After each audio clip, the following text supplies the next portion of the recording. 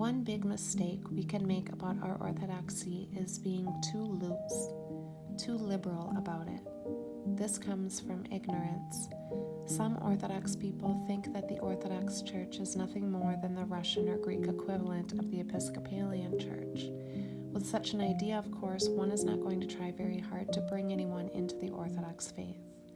This is the error of the ecumenical movement, which arranges meetings and conferences with non-Orthodox churches, not with the aim of bringing them to the true faith of Orthodoxy, but on a basis of worldly friendship, in order to speak of the secondary things which we have in common with them and to gloss over the differences which separate us, and an awareness of which make them eager to accept the Orthodox faith.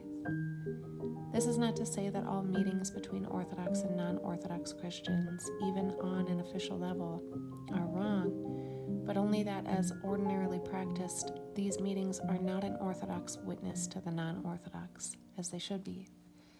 With all respect to the views of the non-Orthodox, we're not living our Orthodox faith rightly if we do not make others somehow aware of the differentness of Orthodoxy.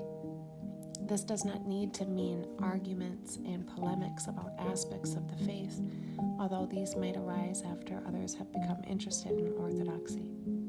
The very way one leads one's Orthodox life, if one is serious about fulfilling the commitment of being an Orthodox Christian, is already a witness to others. Yet another mistake made by contemporary Orthodox is what one might call the fortress mentality. We have the truth of Orthodoxy, and the times are so bad that our chief activity now is to defend it against the enemies on every side. Often this mentality goes overboard in finding betrayers and heretics in the midst of Orthodox Christians themselves. And very often it is so concerned with its own correctness and the incorrectness of others that it has very little strength left to preach the gospel of salvation even to the Orthodox, let alone to those outside of the church. Now, Orthodoxy is indeed the correct teaching and the correct worship of God, and this is why this temptation is so easy to fall into.